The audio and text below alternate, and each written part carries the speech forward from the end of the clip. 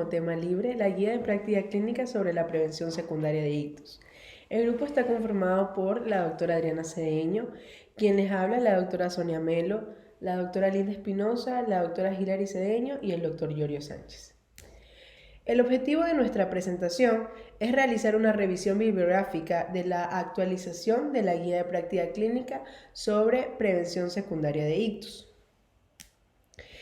A modo de introducción, si bien sabemos que el ictus continúa siendo la segunda causa de mortalidad y la tercera causa de discapacidad a nivel mundial, este tiene una incidencia y una prevalencia aún mayor en mujeres, según las estimaciones que han sido llevadas a cabo por la OMS.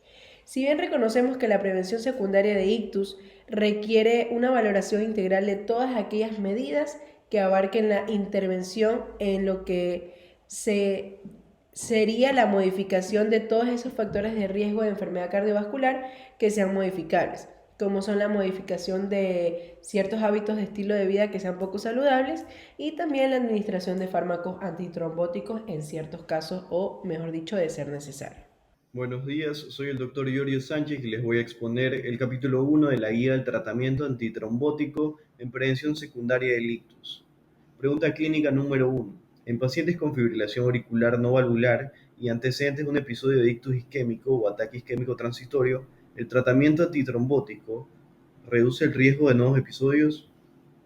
En esta pregunta se analiza si el tratamiento antitrombótico reduciría el riesgo de nuevos episodios de pacientes con FA no valvular y antecedentes de un episodio de ictus isquémico o ataque isquémico transitorio.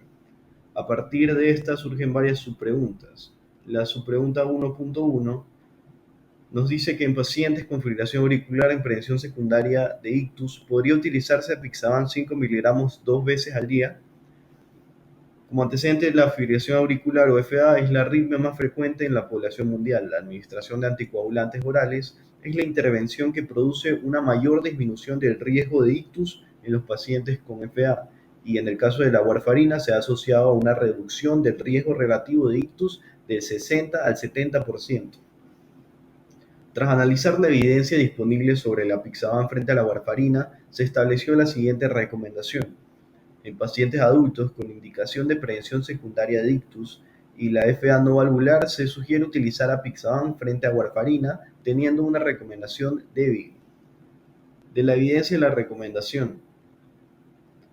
Presenta un alto riesgo de recurrencia y elevada tasa de mortalidad y morbilidad en los pacientes con FA y antecedentes de ictus.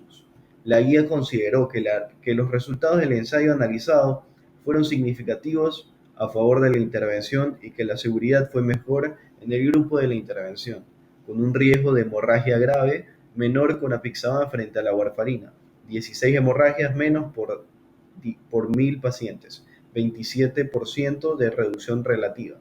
Por este motivo, se realizó la recomendación condicional a favor de la apixaban. Su pregunta 1.2. En pacientes con fibrilación auricular en prevención secundaria de ictus, ¿podría utilizarse dabigatran 110 miligramos 2 veces al día? En pacientes adultos con indicación de prevención secundaria de ictus y FA no valvular se sugiere utilizar dabigatran 110 miligramos 2 veces al día frente a warfarina, siendo una recomendación débil. El beneficio sobre la seguridad fue favorable a dabigatran 110 miligramos con un riesgo de hemorragia menor con este tratamiento frente a la warfarina. La guía señala que la mejoría clínica y de la calidad de vida de los pacientes en la experiencia clínica con dabigatran, así como la mayor comodidad de uso al no requerir monitorizaciones y la escasa interferencia con alimentos y otros fármacos, apoyaban la recomendación débil a favor. De la recomendación a la práctica. El problema se considera una prioridad debido a que los pacientes con FA y antecedentes de ictus presentan un alto riesgo de recurrencia con una elevada tasa de mortalidad y morbilidad. Todos los miembros de la guía consideraron el ictus como un problema sanitario prioritario. Algunos de los miembros destacaron la carga de la enfermedad y la discapacidad potencial. La seguridad fue favorable a dabigatran 110 miligramos, por este motivo se realizó la recomendación condicional a favor de la intervención. Se consideró que en el desenlace nuevos ictus se desconocía el valor de estimador puntual del efecto de la intervención, ya que los valores no fueron concluyentes a favor de uno o en contra de la intervención, al incluir el intervalo de confianza el valor nulo. El desenlace de mortalidad por cualquier causa El resultado fue favorable a la intervención, con 25 casos menos por 1000. Pacientes tratados con dabigatran 110 miligramos, un intervalo de confianza del 95%, de 41 menos a 4 menos. El estimador del efecto estuvo a favor del dabigatran 110 miligramos y el intervalo de confianza incluyó valores a favor de la intervención. Hola, ¿qué tal? Soy la doctora Linda Espinosa. A continuación, como iba mencionando mi compañero, tenemos la pregunta que si en pacientes con fibrilación auricular en prevención secundaria de ictus se podría utilizar dabigatran 150 miligramos 2 veces al día y otros medicamentos que vamos a hablar a continuación. Sí se lo recomienda y se lo justifica, aunque la recomendación todavía es débil debido a que en comparación con la intervención hay que ver el resultado entre el balance beneficio-riesgo a favor o en contra, debido a que todavía tenemos evidencia que no nos puede ayudar a ver si los beneficios y riesgos van a ser compensados con la utilización de este medicamento. En cuanto a que si es un problema prioritario, sí lo va a ser, debido a que la evidencia de todos los estudios realizados nos dicen que debido a que este problema va a ser considerado como una prioridad, ya que es recurrente y que tiene altas tasas de mortalidad y de morbilidad, ya que las personas presentan antecedentes con ictus y también con fibrilación auricular. Además, se destaca que la enfermedad y la discapacidad es un factor muy potencial en estos pacientes. Entre los efectos deseables e indeseables esperados, esto de aquí va a favorecer la intervención o a la comparación considerando este medicamento. Nos dice que el SIVA no va a favorecer ni a la intervención ni a la comparación, y que en el desenlace del nuevo ictus este es un estimador de 10 casos menos por 1000 pacientes en tratamientos con dabigatran de 150 miligramos. El intervalo de confianza es de 23 menos a 7 más. Y aquí podemos hacer la comparación con varios desenlaces. Por ejemplo, con la mortalidad por cualquier causa puede ser de 4 casos menos por 1000, de 24 menos a 21 más. Otro ejemplo es el desenlace de mortalidad por causa vascular, que se va a ser un caso menos por 1000 pacientes, de 18 menos a 21 más.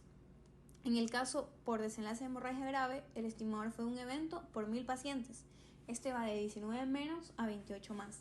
En el caso de infarto agudo de miocardio, va a ser de 7 eventos por 1000 pacientes, de 2 menos a 25 más. Y este estudio, no puede ser de tanta evidencia debido a que la muestra es muy pequeña. Por ejemplo, 2 casos de 381, una muestra escasa, y no tiene un grupo comparador. Otro medicamento que se podría utilizar es el edoxaban de 60 miligramos una vez al día. Se lo recomienda en comparación con la warfarina. En este caso sí se consideró que más habría beneficios con el uso de este medicamento, aunque debido a la evidencia igual sigue siendo muy baja la muestra y no hay como que mayores estudios que nos ayuden a fortalecer.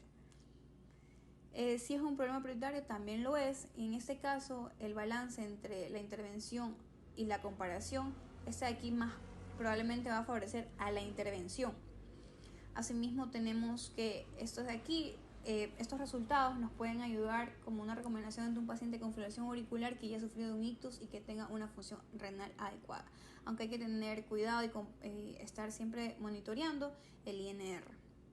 En el caso con la rivaroxaban a dosis de 15 a 20 miligramos por cada día, esta también es recomendada en comparación con la warfarina y tiene que también correlacionarse con una función renal adecuada.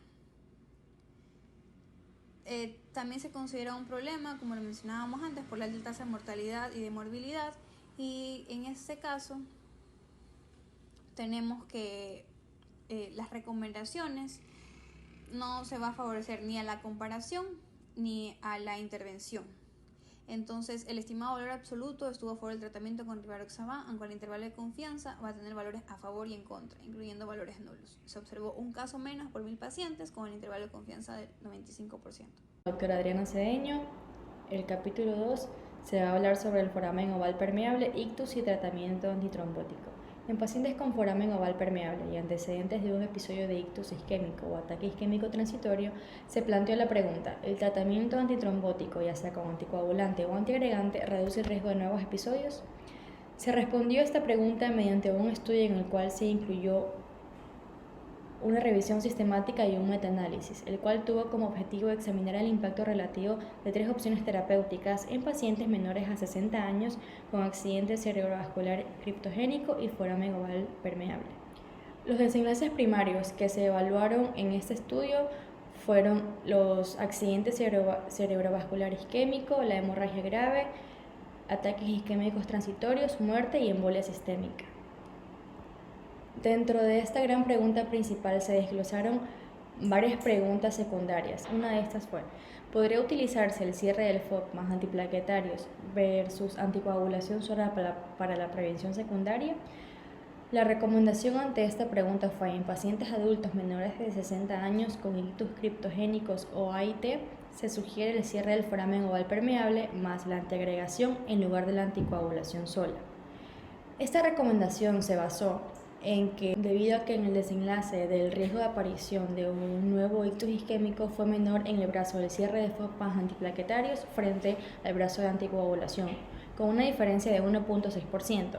En cuanto al desenlace de hemorragia grave, también fue menor en el mismo brazo, con una diferencia de un 2%. En cuanto a los desenlaces AIT y embolia sistémica, no hubo una diferencia significativa. Por tanto, se consideró que el cierre de FOP más antiagregantes plaquetarios disminuiría el riesgo de sangrado o hemorragia mayor comparada con la anticoagulación. En cambio, realmente no aportaría grandes beneficios en cuanto a la disminución del riesgo de ictus o AIT. La siguiente pregunta que se planteó fue si se podría usar el cierre del FOP más antiplaquetarios versus el tratamiento antiplaquetario solo. La recomendación fue que se sugiere el cierre del foramen oval permeable más antiplaquetarios en vez de utilizar los antiplaquetarios solos. Esta recomendación se basó debido a que en el desenlace del riesgo de aparición de un nuevo ictus fue menor en el brazo del cierre de FOP más antiplaquetarios en comparación con el brazo de antiplaquetarios solos, con una diferencia importante, el 8.7%. En cambio, en el desenlace de hemorragia grave también fue menor en el brazo del cierre del FOP más antiplaquetarios versus el antiplaquetario solo, con una diferencia del 0.7%. En cuanto a las otras variables como AIT, embolismo sistémico o mortalidad, no hubo una importancia significativa. En cuanto a la última pregunta, la cual es: ¿podría usarse la anticoagulación versus el tratamiento antiplaquetario solo? Se recomendó que en los pacientes que optaban por recibir tratamiento médico solo, es decir, sin el cierre del FOP, se podría recomendar ya sea el antiplaquetario o la anticoagulación, ya que ambos tratamientos presentan un efecto similar. Esta recomendación se basó en que en el desenlace del riesgo de la aparición de un ictus isquémico fue menor en el brazo de anticoagulantes versus que en el de antiplaquetarios, con una diferencia del 7.1%. Y en cuanto al desenlace del sangrado o hemorragia mayor, en cambio, fue menor en el brazo de antiplaquetarios frente al de anticoagulantes, con el 1.2%. La anticoagulación versus la terapia antiplaquetaria podría disminuir la aparición de un ictus isquémico, mas sin embargo podría aumentar el sangrado o hemorragia mayor. Por tanto, no se dispuso de resultados que permitieran recomendar la anticoagulación frente a la antiagregación. Hilary Cedeño, y les voy a hablar sobre la enfermedad valvular cardíaca, ictus y tratamiento antitrombótico. Se analizó si el tratamiento antitrombótico en pacientes con patología valvular antecedentes de un episodio de ictus isquémico o ataque isquémico transitorio pueden reducir el riesgo de nuevos episodios. Anticoagulantes orales versus antiagregantes para la prevención secundaria de ictus en pacientes adultos con prolapso de la válvula mitral. Como respuesta se tiene que se sugiere no utilizar anticoagulantes frente a antiagregantes plaquetarios. Utilizarse anticoagulantes orales directos versus anticoagulantes orales inhibidores de la vitamina K para prevención secundaria de los ictus en pacientes mayores de 18 años con estenosis mitral. Pues como respuesta a esta pregunta tenemos que con indicación de prevención secundaria de ictus y estenosis mitral moderada o grave, se sugiere no utilizar anticoagulantes orales directos frente a anticoagulantes orales antivitamina K. Anticoagulantes orales inhibidores de la vitamina K para la prevención secundaria de ictus en pacientes mayores de 18 años con prótesis valvular. Tras analizar la evidencia posible sobre estos anticoagulantes orales directos frente a los anticoagulantes antivitamina K para prevención secundaria del ictus en pacientes con prótesis valvular cardíaca, se estableció que los pacientes adultos con indicación de prevención secundaria a ictus y que contienen prótesis valvular cardíaca mecánica, se sugiere no utilizar anticoagulantes orales directos frente a anticoagulantes antivitamina K. Sobre la actitud terapéutica en pacientes con hemorragia intracerebral durante el tratamiento con antitrombóticos, plantearon la siguiente pregunta. ¿Cuál es la actitud terapéutica que hay que adoptar en un paciente que presenta una hemorragia intracerebral durante el tratamiento con antitrombóticos? Esta pregunta fue desarrollada en el contexto que se identificó información en la que estos pacientes supervivientes a ictus tenían un riesgo incrementado de volver a realizar tromboembolismos. Sin embargo, a pesar de esa información, también se evidenció que el riesgo que tenían, además de formar tromboembolismo, era que al recibir el tratamiento antitrombótico también los ponía en riesgo de desarrollar hemorragias. Por lo cual, esta guía, tras analizar esta evidencia que estaba disponible sobre estos pacientes, se realizó la recomendación de que se continúe la investigación, ya que la detección de esta área está en incertidumbre y sí representa una necesidad que se manifiesta para los pacientes, para el personal de salud y para el sistema de salud como tal. Es por eso que la presencia en guías recientes abordando el tema y la ausencia de evidencia científica disponible pone de manifiesto la necesidad, la relevancia y el interés de que se dispongan pautas para la práctica clínica relacionadas a este tema.